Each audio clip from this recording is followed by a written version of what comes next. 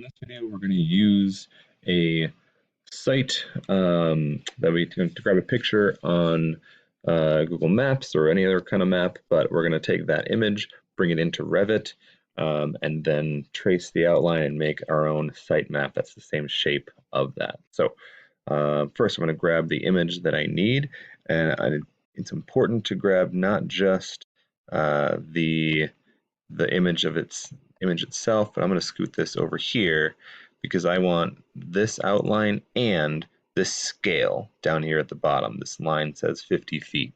That's what I want. I'm going to go Windows Shift S on a PC to go into grab a screenshot mode. I'm going to highlight the section that I need, including the scale down at the bottom right. And great, now that is image that is in. Okay, so once we're here, we're in Revit. We had our screenshot, we saved that as a file. So I'm gonna go over here to insert. Where are you? Insert, there we are. Insert, and I'm going to import an image. I'll navigate that. I think I put it on my desktop. Where are you at? Screenshot, there we go, open. Now the one problem is it's going to bring in the image, but there's no scale to it right now, right? So I'm going to zoom in.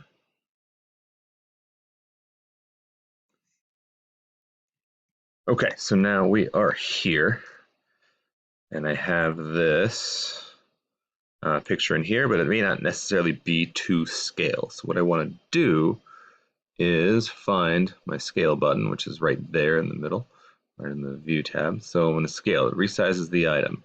So we're going to basically choose the thing, select a length that we're going to start from, and then make it a new length. So I'm going to select scale. I'm going to come in here, start from the middle of this one, and I'm going to go to the middle of this. And right now, that's what, 9 feet? Okay, so I want this to be 50, and if I start typing, it'll turn that little active dimension in there. So I want that to be 50 feet. Woo! And it's bigger. There we go, much bigger. 50 feet. So I'm going to center this again. And now the one problem is all of my elevation views are kind of in the wrong place. So, but now I've scaled this up. So I should be able to come in and, well, I'll do this. Select it and just move that farther out. And then move this one farther out. There we go, just gotta click the right thing. There we go. Move. Okay, anyways. So yeah, so move those farther out, but now you have something that's to scale. But now you want to draw the actual topo surface. So over here in architecture, not in architecture, but in, let's see, massing and site. Here it is. Massing and site. I want a new topo surface. It's basically to say it needs to be in, I'm going to put this on the actual site plan. So I'm going to go to site. Oh no, it went away.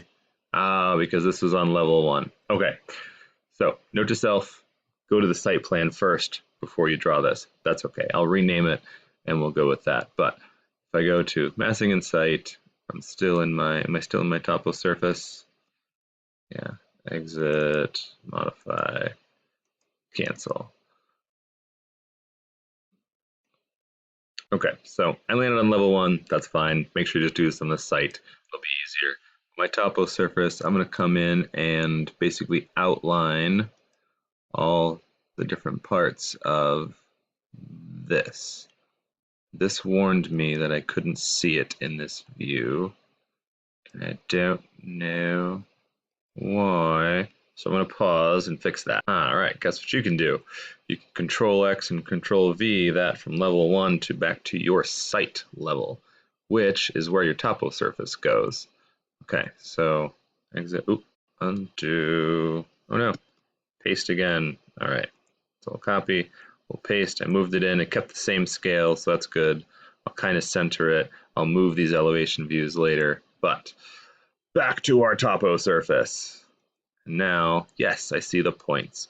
Every point you select is a point of elevation that you can eventually change and modify. So I'm just going to do, you know, a handful around here. Get to the corner. I can bring it to this other corner. You could always add more layers later, more points later if you want to have more control over it. But kind of want to just get a general outline because it's pretty straightforward. I got a pretty straightforward rectangle to work with. Excellent. Okay, so now I got my topo surface. And I can, if I want to, hide in view that image and just deal with my topo surface here. Scoot this out the way, scoot that out the way. All right, so this surface right now, it has a material tag, so I can change the material itself. It comes in as nothing right now. But if I wanted it to be grass, let's say, search up grass. It's not loaded in my project now, but I believe, yes, it does exist in the materials library itself, which is down here. So I'm going to click the up arrow to add the material to the project. So select that. I got grass. Go over here to graphics. I'm going to use that render appearance so it looks like grass. And I want it to look like grass. And then click OK. There we go. So if I see this, let's see, fine detail and realistic. Thinking about it, thinking about it. Yay, it's grass now. Now, wherever your building is going to be, you're going to need to put down a building pad, which, okay, long story short, it's going to be a big old pad of a rectangle somewhere. So if I wanted that to be here, I could draw in whatever tools I want to draw in. And let's say that's my building. I can make a building pad, check, and then that's now my building pad.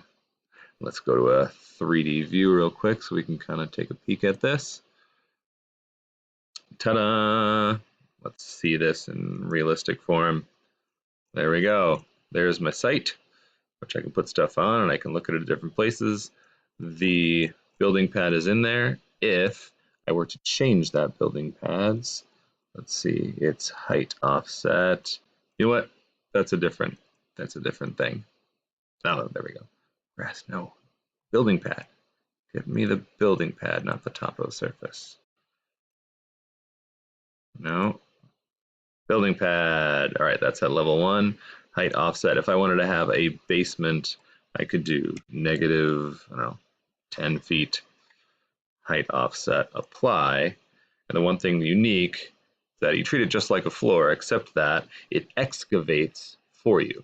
So if you send it down, you know, third in your basement level, it's a building pad that you would then put a building in and connect it and put it right on top of this pad. So that is how to get your site onto here. We went to Google Maps, we took the image, we included the scale right here, we went back to Revit, we brought in that image, we used the scale button, which was right there, grayed out right now. We used the scale to resize it, selecting that scale in the bottom of the image. We clicked on each side of it and then said, hey, make this whatever how many feet it said. Ours said 50 feet. And we then remembered to do that on the site level, site floor plan, and not level 1 or level 2, but the site. And we go from there. So happy topographing. Yeah.